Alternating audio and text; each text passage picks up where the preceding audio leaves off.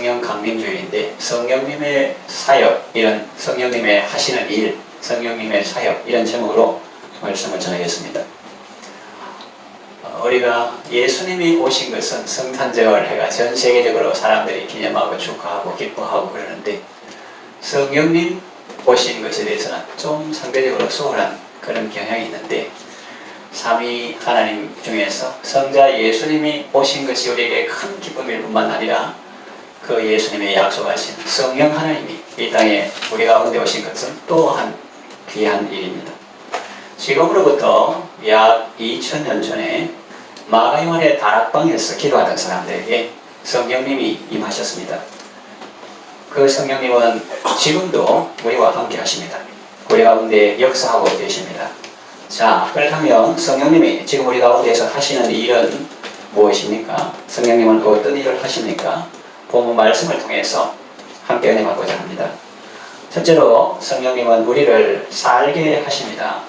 13절에 보니까 너희가 육신대로 살면 반드시 죽을 것이로되 영으로서 몸의 행실을 죽이면 살이니 했는데, 우리가 육신적인 생각, 교만, 탐욕, 거짓, 죄악 이런 걸로 살면 반드시 죽지만 영으로서, 성령으로서 몸의 행실을 죽이면 살이니. 그래서 성령님의 능력으로, 성령님의 지혜로, 성령님의 사랑으로 몸의 행실, 교만, 악독 이런 걸 죽이면 산다 그랬는데, 이같이 성령이 우리를 살게 하십니다. 또 2절에 보면 생명의 성령이라고 했는데, 이 의는 동격을이죠. 성령은 생명입니다. 그리고 생명 주는 영이십니다. The Holy Spirit is life and life-giving Spirit 입니다. 성령님은 우리의 영을 살리셨습니다. 거듭나게 하셨습니다. 이것을 영어로는 born again이라고 하고, 한자로는 거듭 중 날생에서 중생 이렇게 합니다. 6절에 보면 영어의 생각은 생명과 평안이니라 했습니다. 그러니까 육신의 생각, 교만, 거짓 이런 거는 참 곤고하며 이러고, 영어의 생각, 성령님께서 우리에게 주시는 생각은 평안과 생명을 주십니다. 성령님은 항상 우리와 함께 하시고 또 우리 삶을 새롭게 해주십니다. 그래서 아침에 일어나면 많은 기도 중에서 늘 루틴 하는 기도가 있습니다. 영어를 써서 죄송합니다만 국어를 하면 좀 이렇게 단순하기 때문에 신경을 좀 쓰려고 그렇게 합니다. Excellent storyteller, Holy Spirit, tell me the story of Jesus Christ, my Lord and Savior, and make me storyteller like you. 성령님과 같이 저도 스토리텔러가 되게 됐어요. 그리고 성령님께서 You always with me and refresh my life. 주님은 늘 나와 함께 하시고 나의 삶을 리프레쉬, 새롭게, 신선하게 해주십니다. 이렇게 찬양하며 기도하죠. 그래서 성령은 우리 삶을 늘 새롭게 해주십니다. 신선하게 해주십니다. 여러분, 신선하게 좋습니까? 채소도 신선한 거 좋고, 사람도 건강한 거 좋고, 신선한 생각도 신선한 거 좋고, 진부하고 고리타분하고 그런 것보다는 신선한 게 좋죠. 우리가 성령님의 인도하심을 따라 살 때 참 생명을 얻고 참 평안을 얻게 됩니다. 그런데 11절에 보면 성령님은 우리의 영뿐만 아니라 우리의 몸도 살려주십니다. 11절에 보면 예수를 죽은 자 가운데서 살리신 이의 영이, 하나님의 영인데 성령님이죠. 너희 안에 거하시면, 성령님 우리 안에 거하시면, 그래서 예수를 죽은 자 가운데서 살리신 이가 너희 안에 거하시면 그의 영으로 말미암아 너희 죽을 몸도 살리시리라. 이렇게 놀라운 말씀을 하십니다. 그래서 성령은 우리 영뿐만 아니라 영을 거듭나게 할 뿐만 아니라 우리의 몸도 살려주십니다. 우리의 병을 고쳐주십니다. 거기서 끝나지 않습니다. 마지막 날에는 우리를 신령한 몸으로 부활하게 하십니다. 시편을 기록한 사람, 줄여서 기자 이렇게 하는데, 이렇게 노래했습니다. 시편 104편 30절에 주의 영을 보내어 그들을 창조하사 지면을 새롭게 하시나이다 그랬는데, 이걸 풀어서 보면 성령님께서 생기를 불어넣으시니까 겨우내 죽었던 것 같았던 나무에 움이 돋고 꽃이 피고 잎이 나고 열매가 맺힙니다. 나목들이, 이 벌거벗은 나무들이 푸른 옷을 입고 다양한 색깔의 화려한 꽃들로 온 산이 울긋불긋합니다. 알록달록합니다. 식물들이 새싹이 나고 자라고 열매 맺는 것을 보면 정말 신기합니다. 자연계에서 일어나는 일도 이러한데 하물며 신령한 세계에서 일어나는 일은 어떻게 했습니까? 한 영혼이 거듭나고 그 영혼이 성장하고 열매 맺는 것을 보는 것은 얼마나 큰 기쁨이고 감격이고 보람인지요. 성령님의 살리시는 역사, 새롭게 하시는 역사가 여러분과 여러분의 가정에 가득하기를 바랍니다. 두 번째, 성령님은 우리를 인도하십니다. 14절에 보니까 뭘 하나님의 영으로 인도함을 받는 사람은 곧 하나님의 아들이라 그랬어요. 우리를 인도하십니다. 쉽습니다. 쉬운데 사람들이 순종을 안 해서 그렇지. 하나님의 영으로 인도함을 받는 자, 우리가 부르는 절기 부르는 복음성 중에서 하나님을 아버지라 부르는 자는 하고 이제 그 다음에 성령님의 인도를 따르는 자는 좋은 일이 있으리라, 크게 있으리라. 성령님이 일로 온나 여기로 가자 이렇게 하시는 거예요. 그런데 사람들은 그걸 무시하고 그렇게 하면 난 바보 돼요, 그렇게 하면 난 망해요 하면서 성령님의 인도하심을 안 따르고 자기 고집을 따라가, 자기 욕심을 따라가, 자기 혈기대로 자기 분노대로 이렇게 하니까 좋은 일이 있겠어요? 있겠습니까? 없지. 예. 그러니까 성령님의 인도하심을 따를 때 좋은 일이 있고 크게 있고, 성령의 인도하심을 따르는 자는 하나님의 아들이다 그랬습니다. 그런데 정말 우리가 정말 하나님을 사랑하고 예수님의 십자가 사랑을 알고 그렇게 하면은 하나님께서 우리를 인도하시는 손길을 볼 수 있고 또 주님께서 이끌어 주십니다. 학생들 아이가 나 선생님 싫어요, 꼴보기 싫어요, 그렇게 하면 인도해주고 싶어도 잘 못할 때가 있는데 막 사모하고 인도해주시기 바라고 성령님을 인정하고 사모하고 기도하고 순종하고 이런 사람에게는 성령님이 팍팍 밀어주시고 인도해 주시고 은혜 베풀어 주십니다. 구약 이스라엘 백성들의 애굽에서 나와 광야를 행진할 때에 하나님께서 뭘로 그대로 인도하셨습니까? 우리는 어쩌노 애굽에 이제 430년 살다가 이제 광야 사막 이 가니까 길도 모르겠고 어쩌노 이러는데 걱정하지 말아라 하면서 하나님께서 사인을 주셨는데, 하나님께서 구름기둥, 낮에는 구름기둥이 그 광야의 불배터기를 더 덮어주고 저녁에는 또 일교차가 심해서 억수로 추운데 그 구름기둥 가운데 하나님께서 불기둥을 이렇게 해서 환하게 따뜻하게 그렇게 해주시면서 그 백성들을 인도하셨습니다.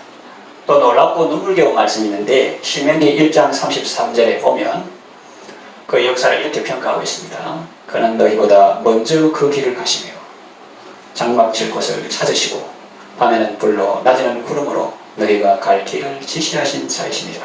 그러니까 우리가 힘들면 하나님께 하소연 하죠. 하나님 내 사정을 압니까? 이렇게 할 때 자식 먼저 보내는 아버지의 마음을 압니까? 하나님을 알고도 남죠. 하나님 우리를 위해서 독생자를 주셨는데 그런 고통도 당하신 분인데 그런 고통 아니라도 사람들이 하나님 내 사정 알긴 압니까? 하늘의 높은 하늘에 앉아가지고 이 낮은 곳에 있는 내 사정 모르지 욕하는데 사실은 내보다 더 낮은 곳에 하나님이 계시고 또 이 사람은 마음경을 통해서 저 멀리 별을 보면서 하나님 보이나 이러는데 하나님 옆에서 등 두드립니다. 나 여기 있다고. 하나님은 우리 생각보다 내보다 더 낮은 곳에 나 계시고 또 생각보다 더 가까운 곳에 나와 계시는데 사람이 그걸 모르고 하나님 내 사정 아십니까? 이렇게 하는데 알고도 남죠. 눈물 납니다.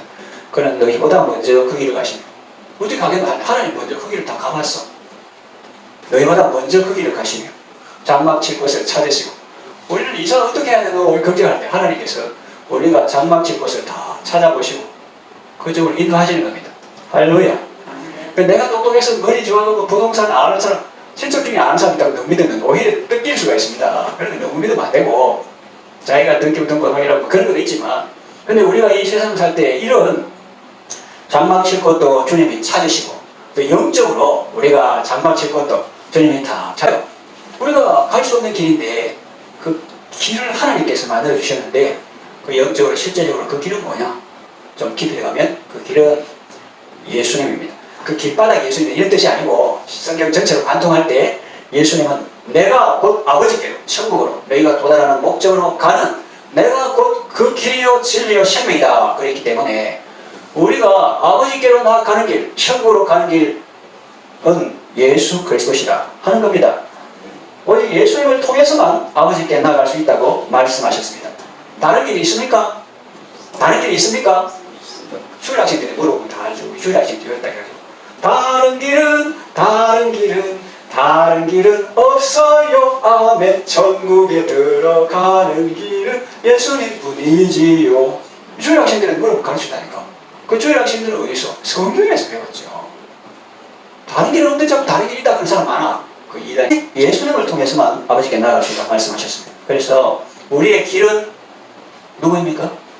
예수님. 인격일 때는 누구입니까? 할 때는 예수님이고, 우리의 길은 무엇입니까? 할 때는 하나님의 말씀. 이 예수님은 인격화된 하나님의 말씀이고, 이 성경책은 기록된 하나님의 말씀이다. 하나님께서 이야기합니다. 시편 기자는 주의 말씀은 내 발의 등이요 내 길의 빛이라고 했습니다. 같은 말 아닌가 할 때, 그러니까 내 발의 등, 요거는 이제 자동차 운전할 때 도시할 때는 근등을 계산해요. 가까운데. 그러니까 시골에 뭐 사슴 나온다, 뭐 나온다 할 때는 이렇게 올려가지고 원등을 켭니다. 그와 마찬가지로 주의 말씀은 내 발에 하루하루를 비추는 내 발의 등일 뿐만 아니라 장기적으로 멀리까지 이렇게 비추는 길의 빛이 되신다 하는 겁니다. 그러니까 한 살뿐만 아니라 1년, 10년까지도 주님은 언제나 말씀으로 우리를 인도하신다 하는 것입니다. 지금도 성령님은 우리에게 예수님과 그분의 말씀을 일깨워 주셔서 우리를 바른 길로 인도하십니다. 복된 길로 인도하시고 생명길로 인도하십니다.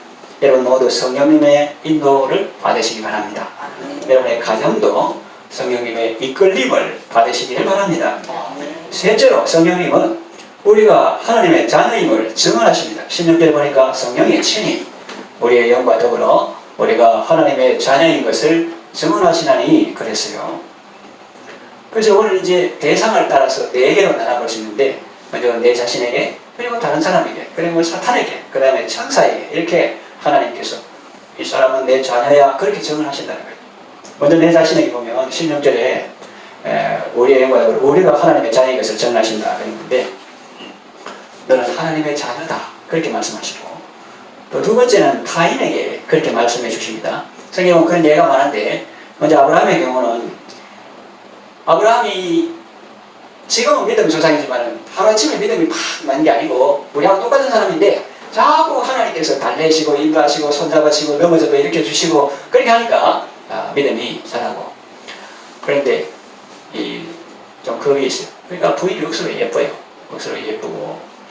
그래서 이분은 그 성경 읽어보면 정말 그 애국이나 그 나라의 왕들이 부러워할 정도로 왕비 삼으려고 했던 그런 적도 있고, 사실 사람은 그 앞장에 보면 하나님께서 뭐 나이가 많고 경수가 그런 사람 이런 경우 했는데 그 다음 장에 보면 또 그 나라 아비멜렉이 아내가 산 거냐 이런 걸 볼 때 연세가 들어도, 물론 127세 향연이고 아브라함 175세 살았지만 우리 2배다 해서 할 때, 그러면 180세가 또 요즘으로 90세 해도 사라가 90세 해도 반으로 해가지고 45세 돼도 그래도 아주 예뻤다 하는 거죠. 예뻤는데 그 아브라함이 그 사라에게 부탁을 하는 거예요. 그래서 당신이 너무 아름답고 예쁘고 그러면 원수시 되니까 사람들이 내가 남편을 하면 죽일 테니까 여보 하지 말고 오늘부터 가는 데부터 오빠 이렇게 부르세요 이렇게 했습니다. 그랬다니까 성경에 보면. 그래가지고 뭐 그래 하지 뭐 그래 했는데 바로가 보니까 부부가 아니라며. 오빠가 하니까 그럼 내가 결혼을 해야 돼가지고 그 아내를 삼으려고 그래 했거든요. 그러니까 이 아브라함이 이제 큰일 난 거예요. 왜냐면은 자기 한 목숨 살아고 했는데 이제 아내가 그 바로 궁궐에 잡혀갔으니까 입주했으니까 그거 가서 아닙니다 내 아내입니다 그러니까 내 이놈 감히 누구 면전에서 거짓말을 해가면서 되니까 안 되고, 그렇다고 가만히 참고 있자니 이제 완전히 자기 아내를 빼앗기고 이런 가운데 있으니까 여기로 갔다가 말하나 해도 뭐하고 여기로 오고 있으니까 집에서 견지지 뭐하고 저런 거 하니까 그런 가운데 있는데 하나님께서 얻어가도 어떻게 하냐고 뭐하는 이 아브라함을 불쌍히 계시고 하나님께서 바로에게 말씀하시는 거죠. 이 사람은 내 선지자다. 내 하나님의 사람이다. 이 함부로 건들지 마라. 그 안에 돌려보내. 그렇게 이제 말로 했는데 성경에 보면 창세기 7장 17절 19절 여호와께서 아브라함의 아내 사이로 바로가 그 집에 큰 재앙을 내리시니라. 바로 아브라함을 불러서 이르되 네가 어찌하여 나에게 이렇게 행하였느냐? 네가 어찌하여 그를 네 아내라고 내게 말하지 아니하였느냐? 네가 어찌 그를 누이라 하여 내가 그를 데려가서 아내를 삼게 하였느냐? 네 아내가 여기 있으니 이제 데려가라. 이런 사건이 있었습니다. 근데 한 번이 아니에요. 또 그 창세기 20장에 보면 아비멜렉이라는 그날 왕인데 그 사람도 그런 했어요. 그래서 20장 3절에 보면 그 밤에 하나님이 아비멜렉에게 현몽하시고 그에게 이르시되 네가 데려간 이 여인으로 말미암아 네가 죽으리니 그는 남편이 있는 여자입니다. 이제 그 사람의 아내를 돌려보내라. 그는 선지자라. 그가 너를 위하여 기도하리니 네가 살려니와 내가 돌려보내지 아니하면 너와 네게 속한 자가 다 반드시 죽을 줄 알지다 하셨는데 그에 대해서 시편 105편 12절에서 15절 그때에 그들의 인수가 적어 아브라함 이삭하고 이런 사람을 말합니다. 그때에 그들의 인수가 적어 그 땅에 나그네가 되었고 이 족속에게서 저 족속에게로 이 나라에서 다른 민족에게로 떠돌아 다녔도다. 그런 시절이 있었거든요. 그래서 저희들도 이삭 여러 번 하고 여러분 그 주민등록 등본에 보면 이삭 몇 번 했을 수가 있는데 우리는 억수로 깁니다. 이렇게 줄서가 길어. 이 족속에게서 저 족속에게로 이 나라에서 다른 민족에게로 또 돌아다녔더라. 그러나 그는 하나님을 말합니다. 사람이 그들을 억압하는 것을 용납하지 아니하시고 그들로 말미암아 왕들을 꾸짖어 이르시기를 나의 기름 부음 받은 자를 손대지 말며 나의 선지자들을 해하지 말라 하셨도다. 그렇게 하나님은 다른 사람에게 이 사람은 하나님의 자녀야 그렇게 정언하십니다. 그 다음에 사탄에게도 하나님은 정언하십니다. 사탄 마귀 귀신 있잖아요. 그런 존재에도 하나님은 이 사람은 하나님의 자녀야 이렇게 정언하십니다. 욥기 1장 8절에 보면 여호와께서 사탄에게 이르시되 네가 내 종 욥을 주의하여 보았느냐? 그와 같이 온전하고 정직하여 하나님을 경외하며 악에서 떠난 자는 세상에 없느니라. 그 사탄에게 하나님은 욥은 내 아들이야 이렇게 하시는 거죠. 2장 3절 여호와께서 사탄에게 이르시되 네가 내 종 욥을 주의하여 보았느냐? 그와 같이 온전하고 정직하여 악에서 떠난 자가 세상에 없느니라. 네가 나를 충동하여 까닭 없이 그를 치게 하였어도 그가 여전히 자기의 온전함을 굳게 지켰느니라. 이렇게 말하고 있습니다. 그 다음에 하나님은 천군 천사에게도 우리가 하나님의 자녀인 것을 증언하십니다. 천군 천사들에게 이 사람은 너의 자녀다 이렇게 하니까 천사들이 부러운 눈으로 보는 거지. 또 흠모하는 것입니다. 성경님이 우리가 하나님의 자녀임을 증언하십니다. 그러니까 여러분 담대함과 평안함 가운데 감사하며 살아가시길 바랍니다. 넷째로 우리의 연약함을 도와주십니다. 26절 보면 이와 같이 성령도 우리의 연약함을 도우시나니 우리는 마땅히 기도할 바를 알지 못하나 오직 성령이 말할 수 없는 탄식으로 우리를 위하여 친히 간구하시느니라 그랬어요. 도와주십니다. 17절 보면 우리가 하나님의 자녀면 또한 상속자입니다. 하나님의 상속자에 그리스도와 함께한 상속자입니다. 성경은 우리가 그리스도와 함께 영광을 받기 위해서 고난도 함께 받아야 할 것이라고 말합니다. 그리고 18절에 현재의 고난이 있어요. 장차 우리에게 나타날 영광과 비교할 수 없다 그렇게 말씀합니다. 그러면서 모든 피조물이 탄식하며 고대하고 그러니까 이 말 못한다고 해서 가만히 있는 게 아니고 실제로는 탄식하며 고대하고 있다는 거죠. 칼 같은 것도 내가 깡패나 강도 이런 데 말을 못해서 그렇지 그런 데 쓰임받는 것보다는 하나님의 아들들의 영광의 자유에 있는 쉽게 말하면 요리하고 뭐 이런 데 쓰임받기를 원하는 것처럼 이런 피조물도 하나님의 자녀의 영광에 이루는 것이다. 피조물이 탄식하며 고대하고 또 우리의 속사람도 탄식하며 우리 몸의 속량을 기다리고 있다고 말씀합니다. 그러니까 우리의 영은 거듭났지만 우리 몸이나 심신의 기능은 아직까지 훈련 중이고 성화 중이고 연단 중이기 때문에 그것이 온전히 속량되는 것을 기다리고 있다. 그런 말씀인데 그런데 우리는 어떻습니까? 연약합니다. 그래서 고난받을 때 힘들어하고 어려워합니다. 쉽게 낙심하고 절망합니다. 그리고 그럴 때는 기도해야 되는데 어떻게 기도해야 될지는 모릅니다. 그런데 놀랍고 감사한 것이 있습니다. 그것은 성령님이 우리의 연약함을 도와주신다는 사실입니다. 26절에 보니까 이와 같이 하면 이제 피조물도 고대하고 그다음 우리의 속사람도 고대하는데 그거를 그러니까 다 도와준다는 거예요. 다 도와줘. 이 택배가 얼마나 중요한지 몰라. 그러니까 피조물들이 고대하지 우리의 속사람도 고대하지 그뿐이냐? 성령 하나님도 우리의 연약함을 도운다. 그런 문맥입니다. 이와 같이 성령도 우리의 연약함을 도우시나니 우리는 마땅히 기도할 바를 알지 못하나 오직 성령이 말할 수 없는 탄식으로 우리를 위하여 친히 간구하시느니라 그렇게 합니다. 그리고 27절 성령님은 내가 기도하는 것하고 다르죠. 성령님은 기도할 때 하나님의 뜻대로 성도를 위해서 간구하십니다. 마치 총 쏠 때 가늠자, 가늠수에 맞춰가지고 관역을 맞추는 것처럼 또 활 쏠 때 관역에 명중하는 것처럼 성령님은 엉뚱한 강구나 이것저것 하지 않고 하나님의 뜻대로 성도를 위해서 기도하십니다. 관역을 명중하는 기도를 한단 말이에요. 그래서 28절과 같은 말씀이 나오는 것입니다. 너무 좋은 말이기 때문에 암송 한번 했는데 같이 읽어봅시다. 시작. 우리가 알거니와 하나님을 사랑하는 자, 곧 그의 뜻대로 부르심을 입은 자들에게는 모든 것이 합력하여 선을 이루느니라. 그렇고 1절부 어깨에 붙인 숫자 1이 있는데 나누어 주에 보면 하나님이 이렇게 해놨습니다. 그래서 모든 것이 합력하여 선을 이루느니지만 주어가 하나님으로 바꿀 수 있다. 하나님이 모든 것이 합력하여 선을 이루게 하신다. 이렇게 되는. 왜? 그 근거는 성령님이 하나님의 뜻대로 구하시기 때문에 100% 효력 있는 기도를 하시기 때문에 택하심을 받은 자, 하나님을 사랑하는 자에게는 모든 것이 합력하여 선을 이루게 된다 하는 것입니다. 성령님은 우리를 위해서 간구하실 때 하나님의 뜻대로 간구하심으로 하나님께서 모든 것을 합력해서 선을 이루게 하십니다. 그리고 우리에게 하나님의 사랑을 부어주셔서 자꾸 하나님의 사랑을 부어주시고 위로해 주시고 지혜해 주시고 그렇게 자꾸 부어주셔가지고 그래서 고난을 기쁨으로 맞이하게 하시고 그 고난도 잘 통과하게 하시는 것입니다. 이처럼 성령님은 우리의 연약함을 도와주십니다. 말씀을 정리해 마칩니다. 지금도 성령님은 우리와 함께 하시며 우리 가운데 역사하십니다. 우리를 살리시며 우리를 인도하시며 우리가 하나님의 자녀임을 증언하시며 우리의 연약함을 도와주십니다. 은혜로우신 성령님 모시고 매일 감사와 기쁨과 승리의 삶을 살아가시기를 바랍니다.